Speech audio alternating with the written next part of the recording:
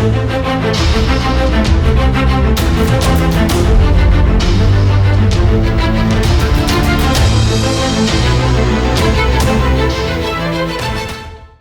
Hind students, मैं रुचि Singh Pariyar, faculty of history, त्रिशूल defence academy. तो चलिए आज हम आपसे बताने आए हैं हमारे सीडीएस का सिलेबस। आप में से कई स्टूडेंट हमसे पूछ रहे थे कि मैम जो नया नोटिफिकेशन आया है उसके अकॉर्डिंग क्या सिलेबस में कुछ अपडेशन हुआ है, कुछ चीज़ें चेंज हुई हैं। तो उन सारे प्रश्नों के हम जवाब देंगे आपको यहाँ पे।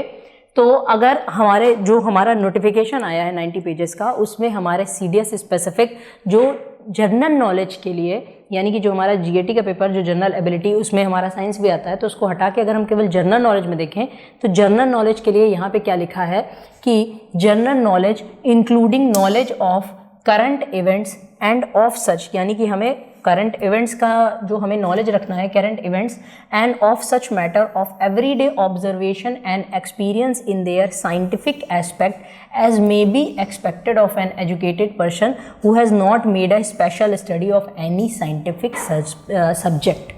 यानी कि इसमें कहा गया है आपकी नोटिफिकेशन में कि जनरल अवेयरनेस की आपसे चीज़ें पूछी हैं। स्पेसिफिकली इसने स्पेसिफाई नहीं किया है कि कौन कौन से सब्जेक्ट्स में, और सब्जेक्ट्स में इंक्लूडेड टॉपिक क्या क्या होते हैं। जैसे फिर भी एनडीए में तो स्पेसिफाई कर देता है कि सब्जेक्ट्स में टॉपिक को, तो आपके सीडीएस में उसने टॉपिक्स को स्पेसिफाई नहीं किया है ना। तो यानी कि एक जनरल अवेयरनेस के उसमें लेके चलता है कि अगर किसी ने एक सब्जेक्ट स्पेसिफिक की पढ़ाई नहीं की है फिर भी उसको बेसिक हर चीज़ की नॉलेज होनी चाहिए, वो एक्सपेक्ट किया जाता है सीडीएस में। और चीज़ें क्या हैं, the paper will also include questions on history of India, यानी कि इसने अगर एक सब्जेक्ट स्पेसिफिक आपको कुछ हिंट दिया है कि इनसे क्या पूछा जाएगा, तो history of India and geography of a nature which candidate should be able to answer without special study.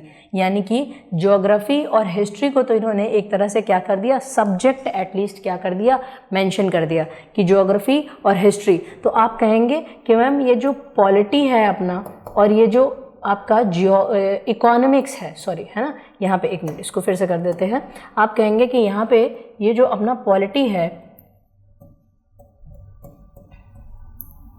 और इकोनॉमिक्स है, इसका क्या होगा, क्या इसे हटा दिया गया है? तो नहीं, हटाया नहीं गया है। यहाँ पे आपका लिखा है general knowledge including knowledge of current events. Current events में यानी कि ये दोनों जो हमारे सब्जेक्ट हो गए, इसमें से जो टॉपिक पूछे जा सकते हैं वो करंट से रिलेट करके पूछे जाते हैं। वैसे भी पॉलिटी और इकोनॉमिक्स का जो पेपर होता है वो डायनेमिक होता है।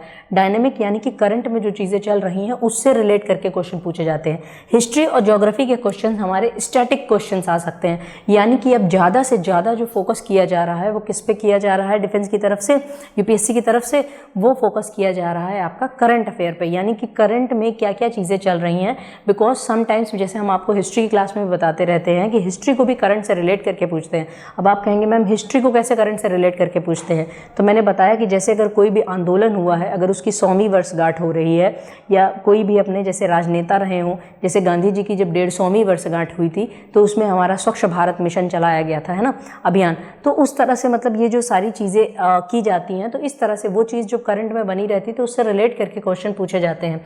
तो यानी हिस्ट्री हमारा कह दिया कि हिस्ट्री ऑफ इंडिया, तो इंडिया की हिस्ट्री में हमारा एंशियंट, हमारा मेडिवल, हमारा मॉडर्न हिस्ट्री, प्लस साथ ही साथ हमें आर्ट एंड कल्चर, क्योंकि इस बार का जो हमने पेपर देखा वो बहुत ज़्यादा फोकस किस पे था, आर्ट एंड कल्चर पे फोकस्ड पेपर था। मतलब आर्ट एंड कल्चर से अच्छे खासे क्वेश्चन किए थे। और आर्ट एंड कल्चर में भी किससे क्वेश्चन पूछे गए थे, पेंटिंग्स से क्वेश्चन पूछे गए थे, स्कल्पचर से क्वेश्चन पूछे गए थे। ठीक है, आजकल जैसे कई मंदिर बहुत ज़्यादा न्यूज़ में थे, जैसे राम टेम्पल का आपका इनॉग्रेशन हुआ था, उसी तरह यूएई में जो पहला हिंदू टेम्पल बना था किस शैली में बना था, तो उसके बारे में क्वेश्चन, यानी आर्ट एंड कल्चर पे हमारा क्या कर लिया जाता है, फोकस कर लिया जाता है। सेम तरह से ज्योग्राफी ऑफ नेचर में इसमें लिख दिया है, इसमें स्पेसिफाई नहीं किया है कि ज्योग्राफी ऑफ इंडिया और ज्योग्राफी ऑफ वर्ल्ड, इसमें ऑल टुगेदर पूरा आपका क्या कर दिया है, ज्योग्राफी ऑफ नेचर, मतलब इसमें इंडिया और वर्ल्ड दोनों ही आपके क्या हैं, इंक्लूडेड हैं ज्योग्राफी ऑफ नेचर में, है ना। तो इसके बारे में हमें आंसर, अच्छा ज्योग्राफी आपके सीडीएस में अगर देखा जाए तो कंपैरेटिवली बढ़िया क्वेश्चंस रहते हैं, करने लायक रहते हैं। हिस्ट्री तो टफ आती है, ठीक है, तो अगर मान लीजिए 20 क्वेश्चन अगर हिस्ट्री के आ रहे हैं तो 5-6 क्वेश्चन तो ऐसे होंगे कि एकदम मतलब आपको लगेगा कि कैसे ये क्वेश्चन आए हैं। वो क्वेश्चंस, कुछ ऐसे क्वेश्चंस यूपीएससी देता है जो माइनस करने के लिए होते हैं ना, माइनस करने के लिए, यानी कि उसमें से 1-2 स्टेटमेंट्स आपको आते हैं। तभी हमने कहा कि एग्जाम से पहले क्वेश्चंस की बहुत ज़्यादा प्रैक्टिस कीजिएगा, ताकि क्वेश्चंस कौन से क्वेश्चन हम करते हैं और किस टाइप के क्वेश्चन में हम फंसते हैं, वो ज़्यादातर हमारे गलत हो जाते हैं, ये आप प्रैक्टिस से सीखेंगे। तो उन क्वेश्चंस को आप एग्जाम में जब आपके आएँ तो उसमें आप ना करें, जिससे कि आपका माइनस मार्किंग ना हो, है ना। तो ये हो गया हमारा हिस्ट्री में और ज्योग्राफी में, यानी कि ज्योग्राफी में इंडियन भी हो गई, वर्ल्ड ज्योग्राफी भी हो गई। ज्योग्राफी में लोकेशंस बहुत ज़्यादा मायने रखती हैं, यानी मैपिंग आपको बहुत अच्छे से करते हुए चलना है। पॉलिटी जो हमारा है, तो पॉलिटी में बेसिक चीज़ें तो हमें पता ही होनी चाहिए कि हिस्टोरिकल डेवलपमेंट क्या है, कॉन्स्टिट्यूशन का ऐतिहासिक मतलब शुरुआत वो 1773 के रेगुलेटिंग एक्ट से शुरू करना है, फिर उसके बाद 1947 के इंडिपेंडेंस एक्ट तक, फिर उसके बाद जो हमारा संविधान बना उसके बारे में पढ़ना है। अगला चैप्टर उसमें हमारा आ जाएगा, हमारी प्रस्तावना पढ़नी है ना, संविधान के जो निर्माताओं का योगदान था उसके बारे में पढ़ना है हमें। यूनियन और स्टेट जो यानी कि भारत में संविधान के जितने भाग हैं, उन भाग में जो पहला भाग है, द्वितीय, तृतीय, चतुर्थ, पंचम, ये आपके कई ज़्यादा क्या है, काफ़ी ज़्यादा इंपॉर्टेंट हैं। तो इनमें आपको करना है, पार्लियामेंट के बारे में पढ़ लेना है। रिसेंट में, करंट में जैसे अभी इलेक्शंस चल रहे हैं, तो इलेक्शंस में आपको रिप्रेजेंटेशन ऑफ पीपल एक्ट्स के बारे में पढ़ना है, बिकॉज वो करंट अफेयर में चीज़ें बनी हैं। तो यहाँ पे जो करंट अफेयर से, करंट इवेंट से पूछा जा रहा है, तो ये चीज़ें डायनेमिक आपके उसमें बनी रहेंगी। इलेक्शन कमीशन बहुत ज़्यादा न्यूज़ में है, तो इलेक्शन कमीशन आपसे पूछा जा सकता है, तो वो पॉलिटी का ही होगा। अब उसको पॉलिटी में कंसीडर करें या तो आप उसको करंट अफेयर में भी कंसीडर कर सकते हैं, ठीक है। तो और आपका क्या इसमें पूछा जा सकता है, आपका ईडी, इन्फोर्समेंट डायरेक्टोरेट, वो बहुत ज़्यादा न्यूज़ में है, तो कौन कौन से टर्म्स यूज़ करता है। जैसे ईडी है, मनी लॉन्ड्रिंग का जो कानून का यूज़ करता है, तो इकोनॉमिक्स में कोई क्वेश्चन पूछेगा तो मनी लॉन्ड्रिंग कानून से रिलेट करके आपसे क्वेश्चन पूछ सकता है। तो इकोनॉमिक्स का भी जो पेपर आपका इकोनॉमी, यानी इकोनॉमी का जो हमारा पेपर रहेगा, है ना, तो इकोनॉमी के पेपर में हमारा बहुत ज़्यादा आपका किस पे फोकस रहेगा, डायनेमिक चीज़ों पे।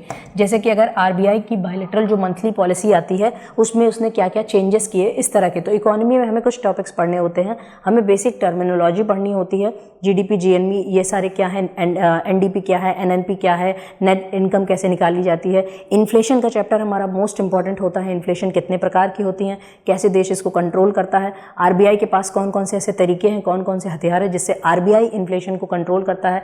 भारत सरकार देश में एक तरह से वित्त व्यवस्था को बनाए रखने के लिए किस तरह की पॉलिसी यूज़ करती है, उसको बोलते हैं फाइनेंस ऑफ इंडिया, वो चैप्टर आपका इंपॉर्टेंट हो जाता है। अगला चैप्टर हमारा आएगा import and export of India, यानी भारत का जो व्यापार होता है वो किस तरह से होता है, ट्रेड, है ना। फिर उसके बाद आएगा अगला चैप्टर निवेश, यानी कि भारत में जो निवेश है, एफडीआई, आई, ये आपका क्या हो जाएगा, काफ़ी ज़्यादा इंपॉर्टेंट हो जाएगा। तो इस टॉपिक को भी हमें कवर करना है। तो इकोनॉमिक्स के ये कुछ आपके टॉपिक्स होते हैं, और इसके अलावा एक आखिरी टॉपिक उसको इकोनॉमिक्स में ही जोड़ दिया जाता है, इंटरनेशनल ऑर्गेनाइजेशन, यानी इंटरनेशनल वित्तीय ऑर्गेनाइजेशन में आपको यूनाइटेड नेशंस पढ़ लेना है। और आपको क्या पढ़ना है, यूनाइटेड नेशन के साथ आप जैसे FATF को पढ़ सकते हैं, FATF financial action task force और IMF वर्ल्ड बैंक, इनके बारे में। इसी के साथ हमारा जो एशियन इंफ्रास्ट्रक्चर इन्वेस्टमेंट बैंक होता है, न्यू डेवलपमेंट बैंक होता है, और एशियन डेवलपमेंट बैंक, यानी ये 5 बैंकें हो गई हमारी, एक Asian infrastructure investment bank, new development bank, आपका एशियन डेवलपमेंट बैंक, फिर वर्ल्ड बैंक और IMF, इनके बारे में हमें पढ़ लेना है, क्योंकि ये अक्सर न्यूज़ में रहते हैं। IMF जैसे बेल आउट पैकेज देता है ना, अभी पाकिस्तान को भी उसने बेल आउट पैकेज प्रोवाइड किया है, उसने श्रीलंका को प्रोवाइड किया था। तो इस तरह की चीज़ें आपसे क्वेश्चन में पूछता है। तो पॉलिटी और इकोनॉमी का हमारा जो सिलेबस रहने वाला है वो बहुत ज़्यादा डायनेमिक, मतलब उसको स्पेसिफाई नहीं किया, उसको इन सारे सिलेबस की जो तैयारी होती है एकदम श्योर एंड शॉर्ट तैयारी हम आपको करवाते हैं, है ना। तो ये सारे हमारे पास, हमारे सारे टीचर्स जो सब्जेक्ट स्पेसिफिक टीचर हैं, वो सारी चीज़ों को बेहतरीन ढंग से आपको कन्वे करते हैं। ज़्यादा जानकारी के लिए आप हमारा ऐप डाउनलोड कर सकते हैं प्ले स्टोर पे जाके। उसमें ऐप काफ़ी आपका यूज़र फ्रेंडली है, उसमें आपको सारी चीज़ें जिस भी कोर्स के लिए आप इंटरेस्टेड हैं उसमें सारे प्रोवाइड किए गए हैं। तो एक तरह से इसकी जो इन डेप्थ तैयारी कराई जाती है हमारे त्रिशूल डिफेंस एकेडमी में कराई जाती है। ज़्यादा जानकारी के लिए आप डिस्क्रिप्शन पे दिए नंबर पे भी कॉल कर सकते हैं। तो चलिए, ये पूरा हमारा क्या था, सिलेबस का एनालिसिस था, जो कि बहुत ही कम्प्रहेंसिव फॉर्म में यूपीएससी ने प्रोवाइड किया है, और उसको इतने कम्प्रहेंसिव फॉर्म को उसको हमने एक तरह से क्या किया है, डिकोड किया है। इसके अलावा आपके पास जो भी क्वेश्चंस हों जिसमें से आपको लगे कि मैम इसके बारे में भी थोड़ा सा स्पेसिफाई कर दीजिए, तो आप कमेंट सेक्शन में आंसर कर क्वेश्चन मतलब अपना क्वेश्चन पूछ सकते हैं, हम उसका जवाब आपको प्रोवाइड करेंगे। तो आई होप कि आपको ये हेल्पफुल लगा हो। तो इसको यहीं पे हम वीडियो को विराम देते हैं। जय हिंद, जय भारत। अब डिफेंस एग्जाम क्रैक करना हुआ और भी आसान, त्रिशूल डिफेंस एकेडमी लेकर आए हैं बिल्कुल ही एडवांस लर्निंग ऐप। तो आज ही ज्वाइन करें और स्टार्ट करें अपनी ऑनलाइन क्लासेस।